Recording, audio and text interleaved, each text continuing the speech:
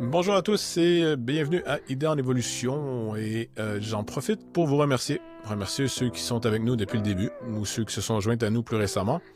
Je suis Philippe Labrec, le réalisateur et l'animateur d'Idées en évolution et je profite également de ce moment pour vous dire qu'à partir de maintenant, il y aura des abonnements payants offerts à ceux qui veulent bien m'appuyer. Ceci est fait pour assurer la pérennité et la croissance du balado. Donc, on est à cette étape là, de l'évolution, d'idées en évolution, si je peux dire. Donc, merci d'avance à ceux qui voudront se joindre à moi dans cette aventure et m'aider à faire croître le balado. Pour ceci, vous pouvez cliquer sur le bouton « Se joindre » au sein même de YouTube ou le bouton « Buy me a coffee » ou le lien plutôt « Buy me a coffee » qui sera inclus dans la description. Merci d'avance encore une fois et maintenant, à l'entretien. Ça me mène à la prochaine question. Quel débat de société espérez-vous susciter avec ce livre? Débat de société. Ça en est un, je pense. Ça en est un gros, hein? Je sais pas si j'avais ça en tête. Quel débat de société je vais Ou des amener. questions qu'on devrait se poser collectivement basées sur la différence québécoise. Ben, à ce moment-là, je vais vous parler tout de suite de Paul Ricoeur. Paul Ricoeur, qui n'est pas nécessairement un nom connu. C'est même pas quelqu'un que je connaissais avant que Guillaume Rousseau m'en parle. C'est un philosophe français qui, dans le fond, sa pensée est assez complexe, mais on peut la simplifier en disant que, dans le fond, lui, ce qu'il dit, c'est que l'identité d'une personne ou d'une société, d'une collectivité, a deux aspects en gros. Un aspect qui est narratif. Qu'est-ce qu'on se raconte sur nous-mêmes? Qu'est-ce qu'on se raconte sur ce qu'on est? Et au Québec, on est quand même bon pour se raconter beaucoup de choses sur ce qu'on est, se raconter une histoire, etc. Le Canada est peut-être encore meilleur que nous, mais ça, c'est un autre sujet. Puis, il y a aussi une identité que je pourrais qualifier de réelle ou de matérielle, qui est une réalité dont on n'a pas toujours conscience, qui est indépendante de l'identité narrative. Donc, on peut se raconter des choses sur nous-mêmes qui ne sont pas vraies. Puis, ce que cette recherche-là amène, à mon sens, c'est de l'information sur ce qu'on est sans qu'on soit nécessairement conscient qu'on le soit. Puis, pour peut-être, idéalement, je l'espère, qu'on soit capable d'ajuster ce qu'on se raconte sur nous-mêmes avec ce qu'on est réellement d'un point de vue empirique, d'un point de vue des données qu'on a. On est dans une ère où les données, il y en a énormément. Statistique Canada en sort à tous les jours. On peut penser, bon.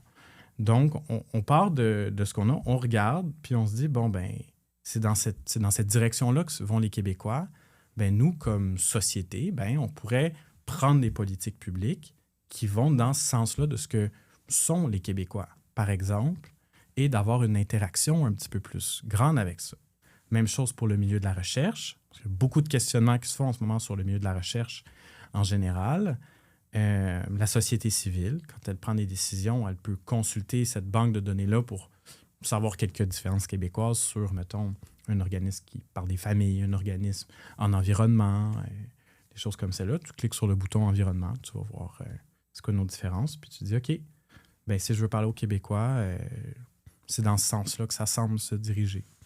Ouais, c'est sûr que il y a plein de différences québécoises et des statistiques sur le site web. Le livre, c'est plus sur le vivre ensemble. Donc, naturellement, ça pourrait amener à des débats du moins contribuer à des débats qui existent déjà. Immigration, langue, laïcité, il y a des choses là-dessus dans le livre précisément. Donc, forcément, ça alimente la réflexion.